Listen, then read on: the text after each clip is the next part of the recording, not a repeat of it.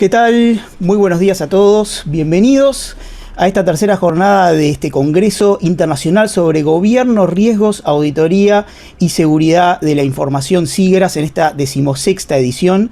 Para mí es un honor ser el MC de la jornada de hoy. Mi nombre es, como ya saben, José Luis Mauro Vera, vicepresidente del capítulo Montevideo de ISACA. Y este evento es gracias a nuestros sponsors que patrocinan anualmente a nuestro capítulo, ATS Buenas Prácticas a través de su producto Global Suite, Geocom y Sistar Bank. Y por supuesto nuestros sponsors de este evento en particular, nuestros sponsor oro, Quanam, UTE y Antel, y nuestro sponsor plata, Willing by Zona América. Gracias a ellos es posible la realización de este evento y por supuesto gracias a la existencia de capítulos y de instituciones profesionales que fomentan la actuación y la profesionalización, la actualización profesional de quienes estamos trabajando en estas temáticas. Así que les agradecemos el apoyo porque precisamente nos permite ofrecerles a ustedes esta calidad de eventos impresionante. Este es prácticamente, nosotros siempre lo decimos, yo por lo menos lo digo, este es el mejor congreso que se refiere a esta temática aquí en Uruguay, 16 años consecutivos participando y escuchando temas de ciberseguridad por primera vez o de blockchain. Acá nos enteramos de lo que eran las criptomonedas, nos enteramos de lo que era la inteligencia artificial, nos enteramos de un montón de temas a lo largo de estos 16 años y lo vamos a seguir haciendo en los próximos, por supuesto, gracias al apoyo de los miembros del capítulo y por supuesto de quienes apoyan, las organizaciones que apoyan este evento. Y sin más, vamos a empezar con este primer bloque de la jornada de hoy que nos va a traer temas que tienen que ver con cómo hablar con la dirección respecto a los temas de control, la gobernanza. Después vamos a hablar de temas vinculados al ESG. Vamos a estar hablando de amenazas avanzadas persistentes, o sea que va a ser un bloque interesante con temas variados relativos a la ciberseguridad y vamos a comenzar con el primero de quienes van a exponer el día de hoy, que en este caso es Roberto De Luca con su conferencia del control a la confianza, cómo influir en la alta dirección desde el rol técnico. Roberto De Luca forma parte del equipo docente del programa Gobierno Corporativo de la Universidad Católica del Uruguay, es coordinador de 2 grupos de gerentes en Vistage Uruguay, es mentor en Endeavor, es miembro fundador del Círculo Uruguayo para la Mejor Gobernanza de las Organizaciones y bueno, y es muy conocido también por haber sido socio durante varios años en la consultora Deloitte e integrante del directorio regional también de esa firma. También fue director ejecutivo de la Asociación de Bancos Privados del Uruguay y bueno, también obviamente contador público, graduado en profesor grado 5 en contabilidad gerencial en la Facultad de Ciencias Económicas y de Administración y ex docente también del programa de posgrado de la Facultad de Administración y Ciencias Sociales de la Universidad Horto Uruguay. Así que le damos la bienvenida sin más a Roberto, que ya lo tenemos por ahí. Bienvenido. Buenos días, José Luis. Un gusto estar acá con ustedes. Excelente. Bueno, te dejamos el espacio para tu presentación.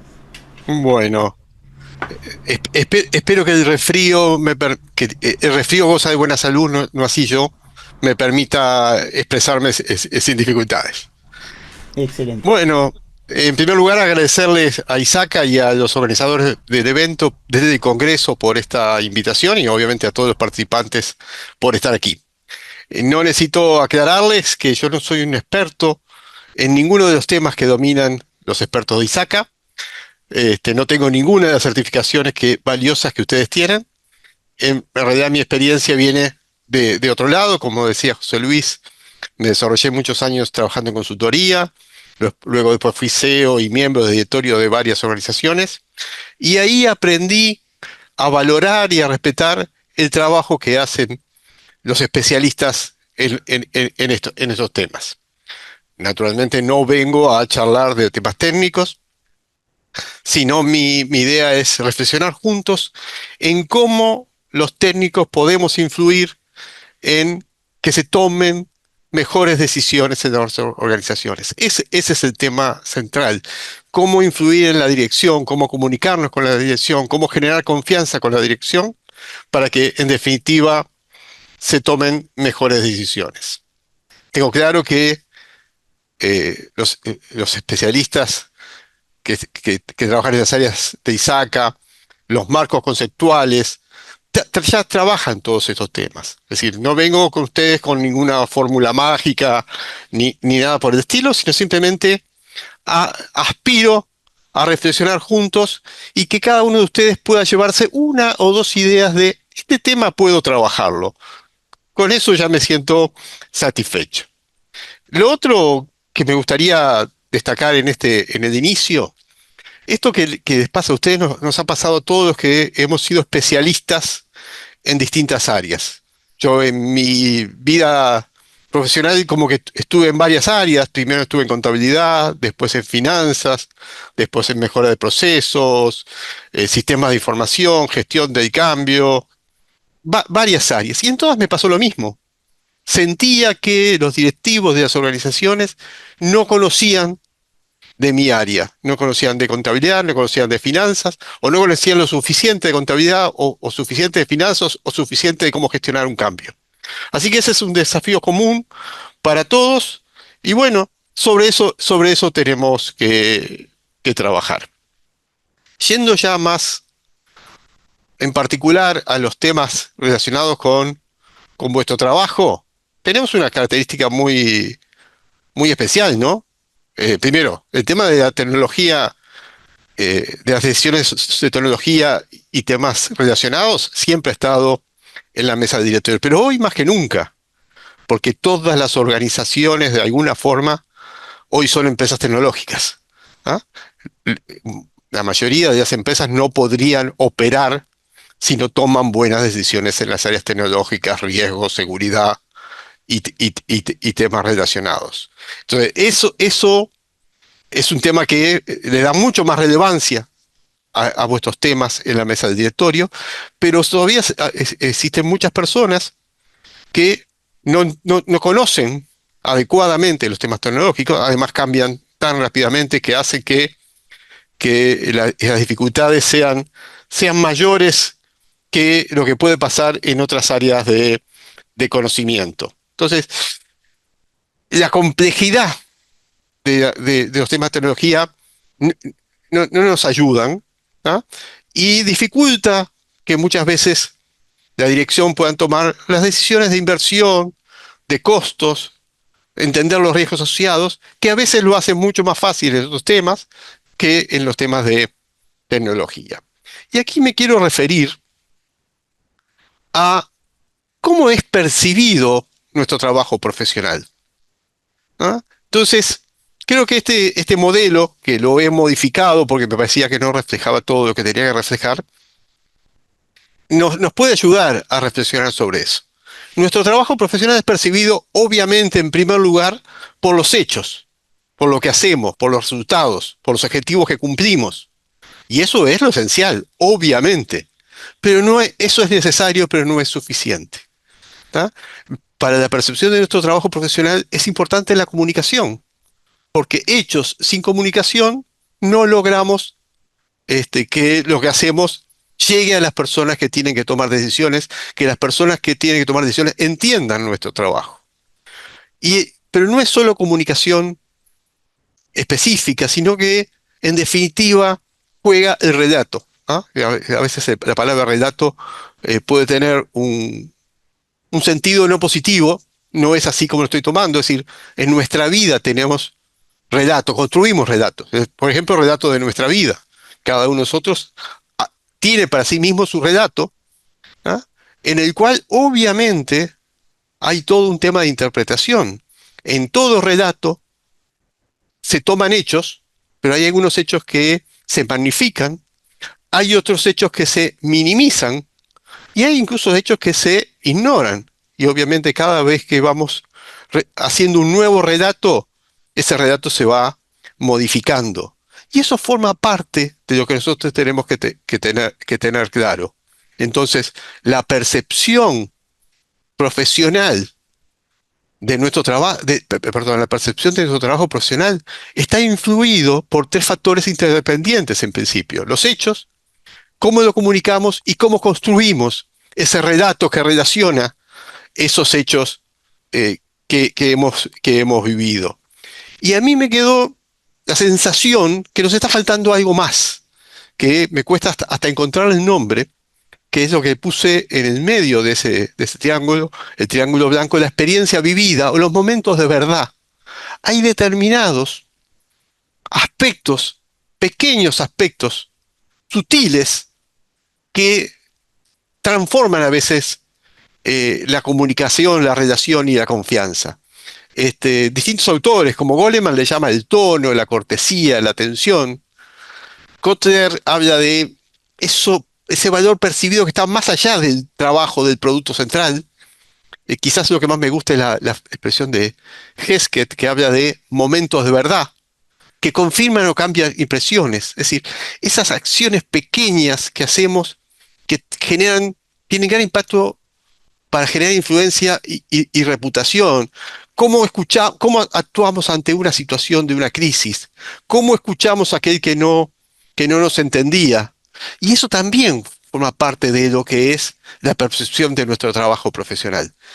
Creo que la frase que lo representa más claramente es la frase de Maya Angelou, que dice: no te recordarán por lo que hiciste, sino por cómo los hiciste sentir. Creo que este es un tema para que cada uno reflexione y, en definitiva, la percepción de nuestro trabajo profesional es una multiplicación de estos cuatro factores: los hechos, la comunicación, el relato y esos pequeños detalles que le dan un determinado cariz. Y es una multiplicación donde uno de ellos tenga un valor cero o un valor muy bajo, afecta la percepción profesional en su conjunto. Porque, por ejemplo, hechos sin comunicación y no llega a- a- a- a los tomadores de decisión lo que nuestro trabajo real. Comunicación sin hechos, obviamente, no tiene sustancia. Relato sin hechos no tiene sustancia. O a veces, hecho, relato y comunicación puede ser muy afectado por esos momentos de verdad. ¿Tá? Y si quieren una primera reflexión para cada uno de ustedes, en vuestra actividad profesional, ¿dónde ponen el foco? ¿En los hechos, en la comunicación, en el relato, en la experiencia vivida? Obviamente hay que ponerlos en todos, pero ¿algunos lo están desatendiendo? ¿Hay algún punto que nos quede para pensar en función de esto? Y ese, si quieren, es una de las primeras preguntas que le dejo abierto para vuestra reflexión individual. Quiero seguir desarrollando este punto y hablar un poquito más de comunicación. Y para hablar de comunicación, me gusta mucho utilizar un modelo, el modelo T, que desarrolló un profesor David Guess, allá por principios de los 90, en que habla de cómo son nuestras competencias profesionales, nuestros conocimientos. Y Guess plantea que tienen un formato de T, donde por un lado está el palo vertical, representa la profundidad de nuestro conocimiento, nuestras competencias, nuestras habilidades, y el palo horizontal refleja la amplitud de conocimientos, experiencias y habilidades. Entonces, el primer punto es: ¿cuál es el formato de nuestra T?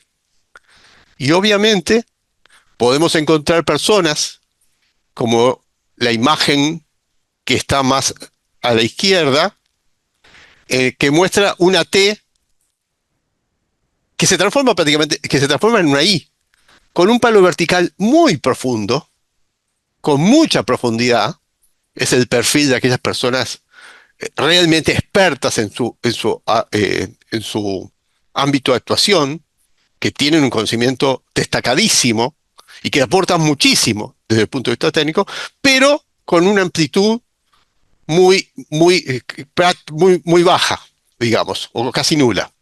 Podemos tener otras personas que tienen una gran profundidad y una amplitud chiquita, otros que tienen una situación más equilibrada.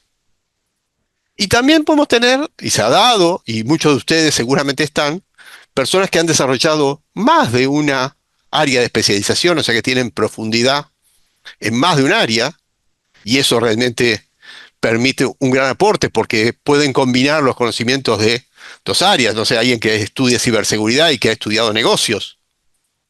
Obviamente eso ayuda en la amplitud.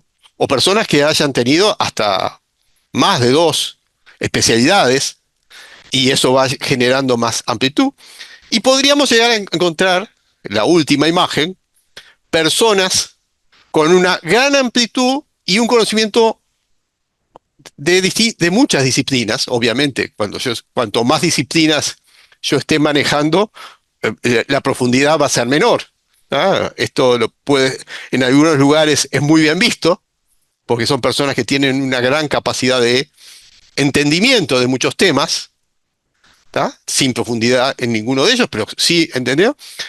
Otros pueden ser mal vistos porque dicen, bueno, son personas que saben casi nada de casi todo. ¿No?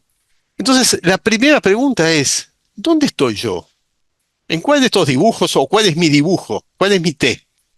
¿Ah? Ese es el formato que tengo. ¿Cómo tiene que ir evolucionando mi T en el futuro? ¿Tá? Si quieren, en mi caso personal, quizás empecé con una T como la primera, pasé a la segunda, y quizás hoy esté más cerca del dibujo final. Porque esto tiene un montón de implicancias en el tema comunicación. Dos personas con su T en forma de I, que son muy expertos, tienen muchas dificultades de comunicación.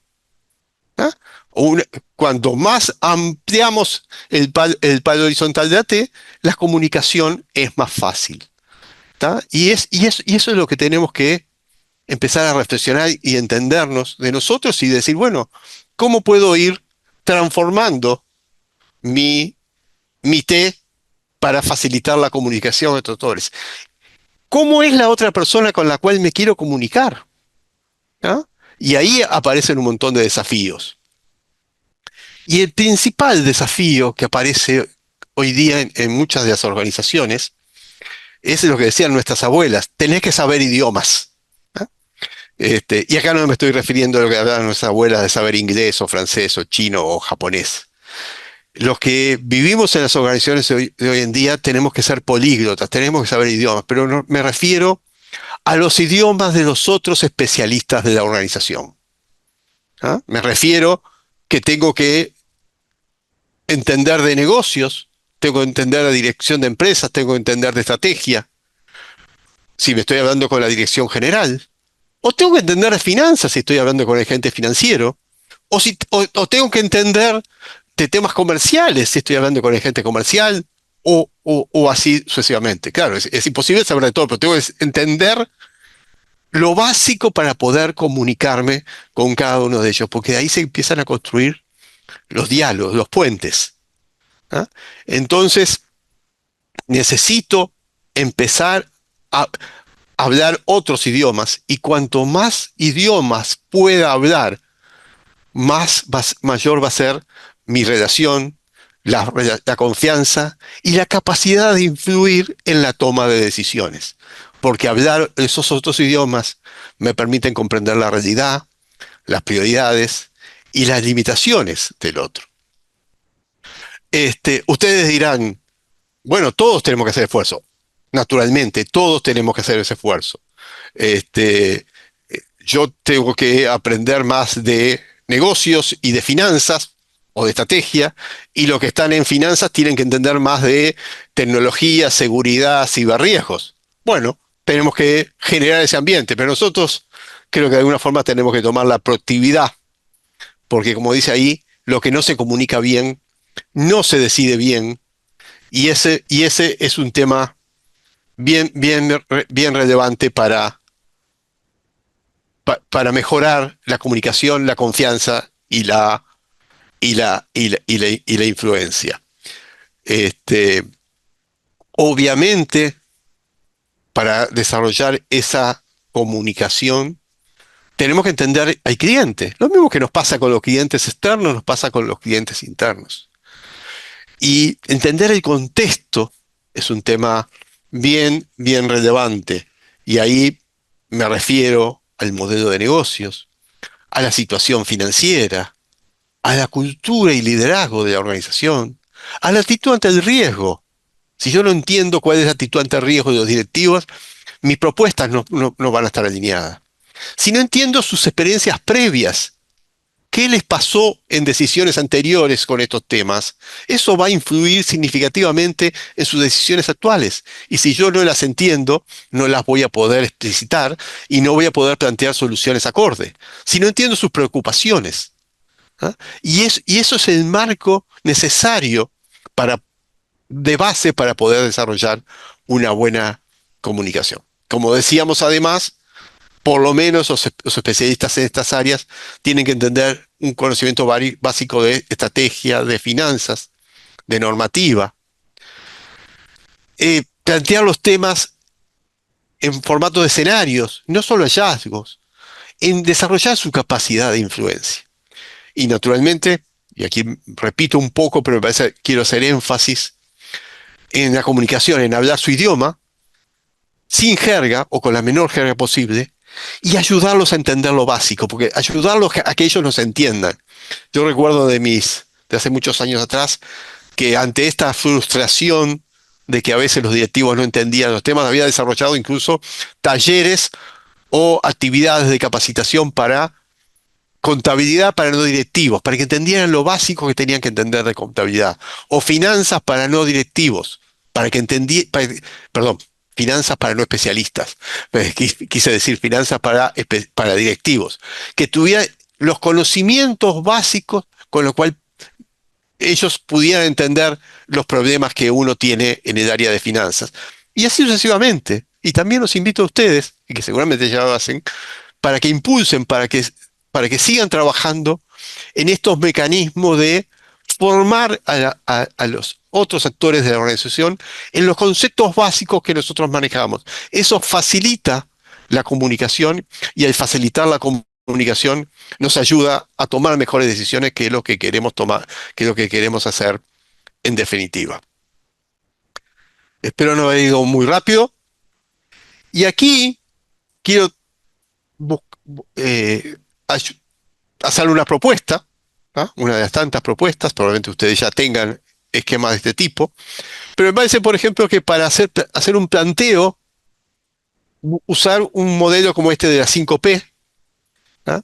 Porque muchas veces tendemos a hablar de nuestras preocupaciones en nuestra visión, y cuando nosotros tenemos que transmitir un tema, tenemos que hacerlo con la cabeza de quien nos va a escuchar. Y cuando hablamos de estos temas, tenemos que ser bien precisos. Siempre tenemos poco tiempo para plantear nuestros temas. Yo creo, el punto es, ¿cuál es el problema? ¿Cuál es la perspectiva? ¿Qué pasó? ¿Cuál es la propuesta? ¿Qué prioridad tiene? ¿Y qué le estamos pidiendo? Por ejemplo, hubo un problema de acceso no autorizado. ¿Cuál fue la causa? Había una librería que no estaba actualizada. ¿Cuál es la propuesta? Instalar un parche y hacer una auditoría. ¿Cuál es la prioridad? La prioridad puede ser urgente. ¿Por qué? Porque esto puede tener problemas de reputación, otros accesos, pérdida de información. ¿Y qué te estoy pidiendo? Contratar un servicio que cuesta $5.000. Bien concreto.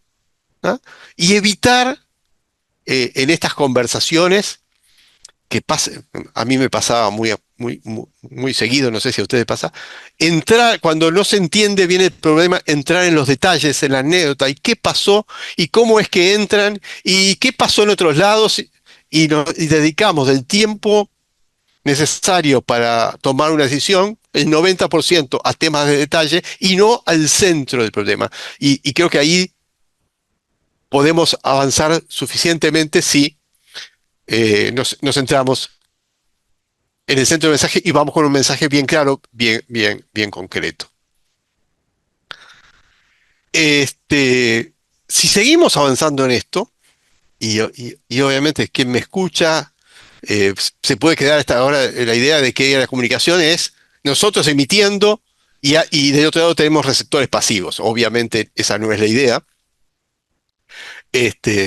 La buena comunicación es una buena relación entre ambas partes, emisor, receptor, y realmente la comunicación comienza cuando el otro puede escucharnos realmente. Porque nosotros podemos hablar y el otro no nos está escuchando o porque no nos entiende, o porque no lo interesamos, o porque su cabeza está en otro lugar. Y realmente la comunicación termina cuando el otro toma una decisión o actúa. Y aquí es importante que reflexionemos sobre nuestra capacidad de escucha activa. A qué le llamo escucha activa? Obviamente captar las palabras, pero captar todo lo otro que está alrededor de de la comunicación. Los silencios, los gestos, entender sus prioridades, entender sus dudas, entender las objeciones que no plantea, ¿no? Porque no necesariamente en la comunicación todo se plantea explícitamente, muchas cosas son implícitas y tenemos que desarrollar esa capacidad de entender lo que no se nos dice. ¿Para qué? Para que podamos intervenir en el momento justo. Porque escuchar es lo que construye confianza. Y quizás muchas veces nosotros vamos muy desafiados a que tenemos que plantear. Y lo que tenemos que ir es a escuchar y lo que tenemos que hacer son preguntas. ¿Ah? Qué es lo que te preocupa de esto? ¿Qué es lo que no entendés?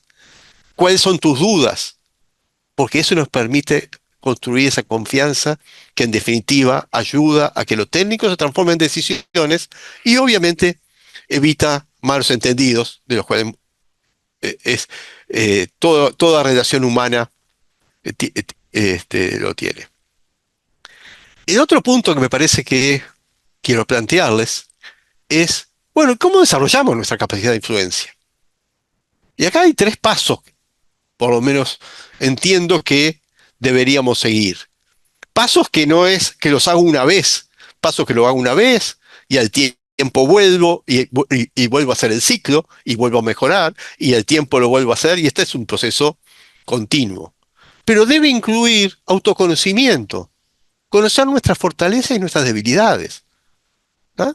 Y conocer cómo somos, cuáles son nuestras preferencias naturales, porque todos los seres humanos tratamos de actuar en función de nuestras preferencias. ¿Soy introvertido o soy extrovertido?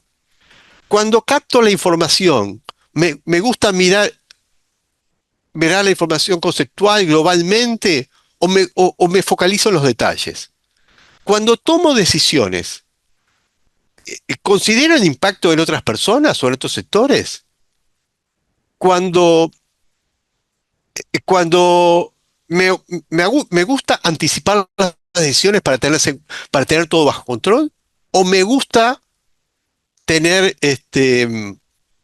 dejar las decisiones para más adelante para tener más grado de libertad. Todo eso impacta en cómo yo actúo, en cómo yo comunico, en cómo yo escucho. ¿Tá? Y en esto hay un conjunto de herramientas que se pueden utilizar. Yo la que más utilizo es la herramienta de Myers-Briggs, que es además muy fácil de usar y de entender, pero hay otras, y obviamente utilicen mucho pedir feedback. Háganlo en forma explícita, pidan la opinión de otros para enriquecerse, para entenderse y para poder generar ámbitos de mejora. Pero la comunicación no depende solo de mis fortalezas, mi debilidad y de mi estilo. Depende de la otra o de las otras personas con las cuales yo tengo que comunicarme. Y ahí todas las preguntas que yo me hacía sobre mí mismo, me las tengo que hacer sobre el otro. ¿Ah? ¿El otro es introvertido o extrovertido? ¿Le gusta ver los temas globalmente o le gusta ver los detalles? ¿Le gusta, considera los impactos, considera la lógica de una decisión? ¿Le gusta adelantar decisiones o no? Porque si yo voy a comunicarme con alguien que le gusta ver prefiere ver los temas en forma conceptual y voy con una lista de 40 detalles, lo que voy a hacer es que al segundo detalle ya dejó de escucharme. Entonces yo tengo que adaptar mi estilo, mi comunicación, la forma de llegar en función del otro. Porque si no, no me voy a comunicar. Y eso también tengo que aprenderlo. Tengo que aprender a entender cómo es el otro. ¿Ah? Entonces, en definitiva, en nuestro estilo de comunicación, nuestro formato, depende de nosotros, depende de quién esté, con quién me quiera comunicar, o sea que voy a tener un estilo distinto de comunicación con cada uno, y además depende de la situación, ni siquiera con la misma persona me voy a comunicar de la misma forma en distintos momentos. Este, Sino que tengo que entender cuál es el estilo de comunicación en cada situación. No es lo mismo la comunicación cuando yo estoy haciendo un plan de trabajo, estoy haciendo una planificación, estamos previendo el futuro, que en una crisis. Los estilos, los formatos son totalmente distintos y tengo que tener esa versatilidad y fundamentalmente, obviamente que seguramente tenga esa versatilidad, tengo que explicitarlo para usar el formato adecuado en cada situación y no lo que es mi preferencia natural, que es lo que nos pasa en la mayoría de los casos.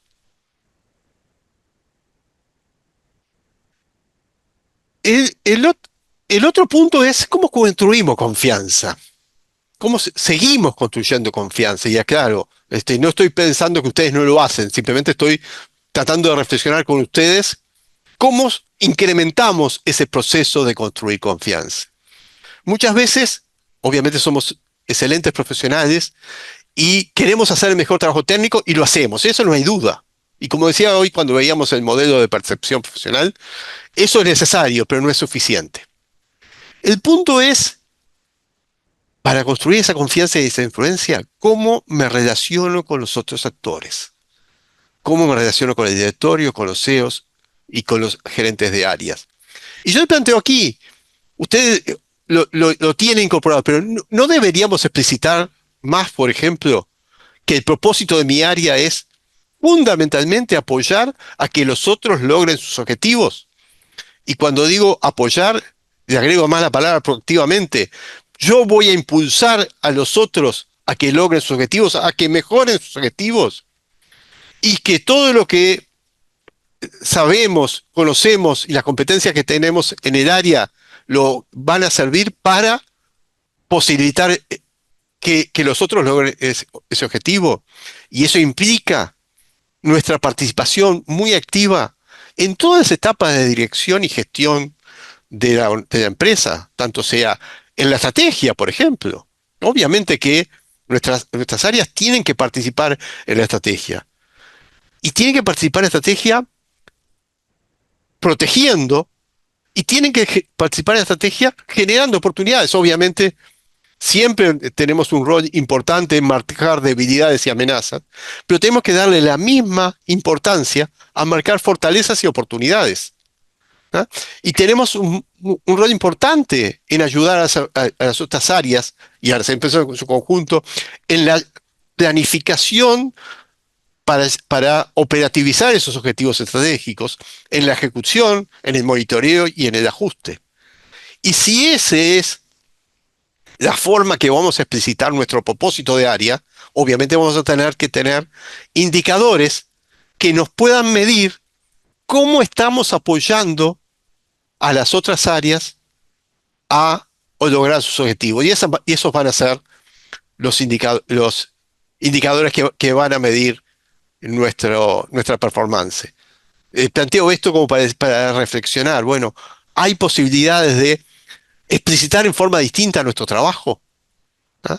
Este, Se los dejo para pensar, a ver si por aquí hay alguna de esas unas o dos ideas que nos hemos planteado para los próximos tiempos. Por otro lado, también le solemos dar mucha relevancia a las reuniones formales. Tengo que hacer una presentación en el directorio, tengo que hacer una presentación en el comité gerencial, y obviamente está bien que le dedicamos mucho tiempo, pero muchas veces también han vivido la frustración. Me preparé para una presentación para el directorio, hice un trabajo de calidad excelente, eh, estuve muchas horas en esto, y después la presentación fue, de lo que tenía que presentar en 30 minutos, lo tuve que presentar en 10 porque la agenda venía atrasada. No me prestaron atención porque todavía estaban pensando en el tema anterior y a veces sentimos frustración. Eso nos puede pasar. Y yo creo que lo que hay que hacer es disminuir la relevancia que tiene en el total esa reunión formal. ¿Y cómo lo disminuimos? Dándole importancia al trabajo previo y al trabajo posterior a ese tipo de reuniones. La preparación previa, sí, pero preparación previa con cada uno de los miembros. ¿Ah? Por ejemplo, yo voy a presentar un informe o, o una propuesta en el directorio. Obviamente envío la información en forma previa, lo más clara posible, ¿no? Tratando de entender sus preocupaciones y tratando de generar antes de la reunión todas las instancias individuales de aclaración y explicación de la propuesta, para llegar a la reunión con todos los miembros, con la información clara y para que efectivamente puedan tomar decisiones. Y también reuniones posteriores. Es decir, bueno, esta decisión que tomamos, ¿qué implica? Es decir, lo que estoy planteando, tenemos que tener muchas conversaciones de calidad con los actores antes y después de los eventos formales. ¿Tá? ¿Por qué? Para hacer un uso eficiente del tiempo de la reunión. Y hay un montón de temas a jugar. Obviamente juega la claridad del mensaje. Pero un tema, ¿en qué momento de la agenda del directorio del comité comercial se va a plantear este tema? Ese es un tema no menor. ¿Ah? Peleen para que estén en un momento adecuado, no lo dejen para el final o para un momento en el cual las cabezas están en otro lado. Den esa relevancia. ¿Tá? Y en el trabajo antes y después, también busquen el trabajo en otros ambientes. ¿Tá? Creen comités o grupos de trabajos donde puedan avanzar y donde ustedes proactivamente puedan comunicar, educar, evangelizar a los distintos actores. Si esos grupos existen, esos comités existen, obviamente sean muy proactivos. Y si no existen, promuevan que se crean, porque esas son bases para construir confianza, para comunicarnos, construir confianzas y terminar teniendo lo que nos importa, mejores decisiones. Bueno, ya casi sobre el final, ¿ah? Quiero ir resumiendo algunas de las cosas que hemos dicho hasta ahora para, como recordatorio final. Para que la empresa tome buenas decisiones se requiere trabajo técnico de calidad, eso no hay duda, pero que la dirección lo perciba, lo comprende y lo valore. Como dijimos en el modelo que mostramos, la percepción profesional se construye con hechos, comunicación, relato y experiencia vivida. Si uno falla, el impacto total se reduce. Presten atención si están débiles en alguno de los 4 elementos. Y obviamente en hechos estoy seguro que no, pero en comunicación, en relato y experiencia vivida, un momento de verdad, reflexionen. Lo que decía hace un ratito, los profesionales técnicos debemos ser políglotas organizacionales. Tenemos que entender lo más posible el idioma de los otros para poder comunicarnos adecuadamente. Y eso nos da una fortaleza enorme. Además de intentar que los otros, hacer esfuerzos e intentar que los otros también entiendan nuestro lenguaje. Pero nosotros tenemos la iniciativa. Naturalmente, para influir en el directorio, en el CEO, en los gerentes de áreas, debemos entender su contexto. Si no entendemos lo que les preocupa, si no sabemos que en este momento hay una situación de emergencia de tal tipo, si hay un problema entre los accionistas, si nosotros vamos con un planteo no nos van a escuchar. O si la actitud de riesgo del directorio es de tal característica y nosotros vamos con una pregunta, no nos van a escuchar. O si lo que nosotros planteamos no está asociado a sus preocupaciones estratégicas, no nos van a escuchar. Nosotros tenemos que hablar en su idioma y en sus preocupaciones, en sus prioridades y en sus preocupaciones. Mencionamos también algún esquema de hacer un esfuerzo para que los mensajes sean lo más claros posible y desarrollar nuestra escucha activa. Y por último, mencionamos también este proceso de desarrollo personal en mejorar nuestras habilidades de comunicación, tanto en nuestro autoconocimiento y conocimiento de otro, y especialmente en entender que en cada situación el estilo, el formato y el contenido tiene que ser diferente. Y yo tengo que hacer un esfuerzo previo de adaptar mi mensaje a ese actor, a esa situación que estamos viviendo. Yo creo que si alguno de estos temas que ustedes seguramente trabajan en el día a día pueden ajustarlos, reflexionarlos, pues vamos a dar un buen paso para que nuestro expertise técnico nos permita transformarnos en socio estratégico de la empresa a partir de la confianza y fundamentalmente que las decisiones que tome la dirección sean cada día mejores. Bueno, hasta aquí era lo que quería comentarles. No sé si hay alguna pregunta. José Luis, tú me dirás.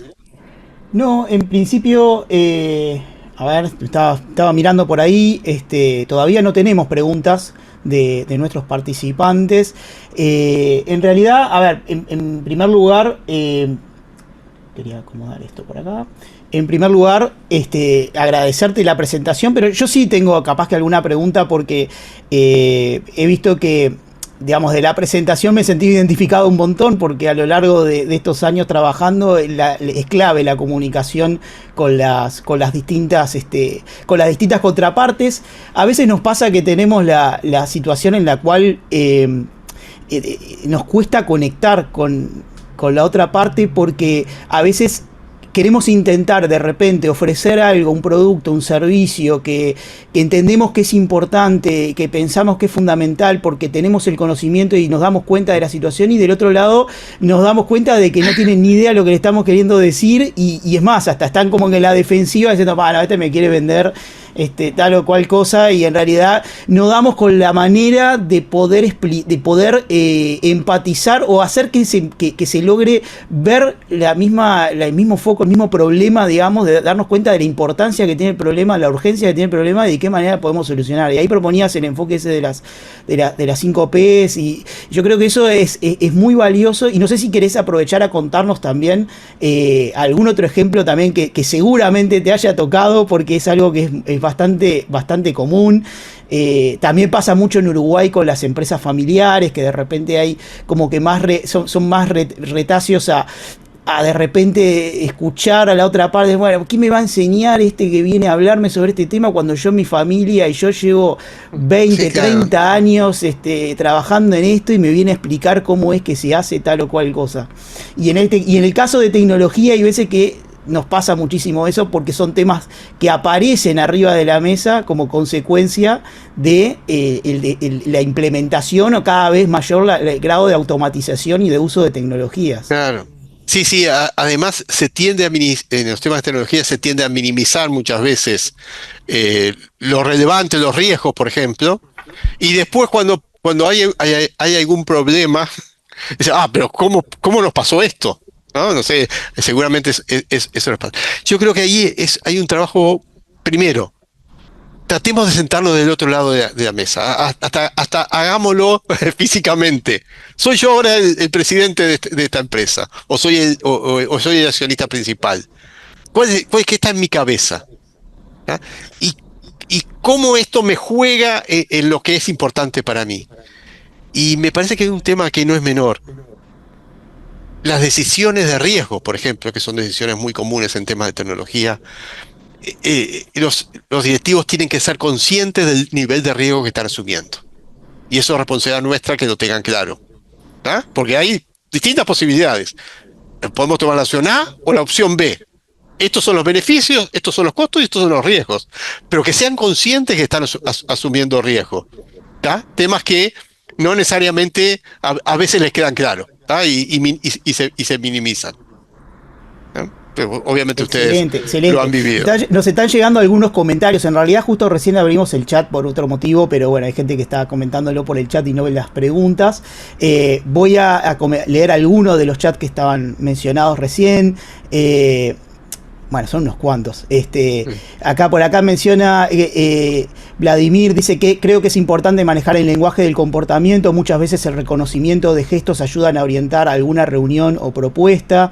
Por ahí Mónica nos dice, excelente presentación. Si será importante la comunicación, la escucha activa, el presentar los temas pensando en el otro, presentar lo técnico o hacer ver al otro la idea, la línea de pensamiento. Gracias por compartir.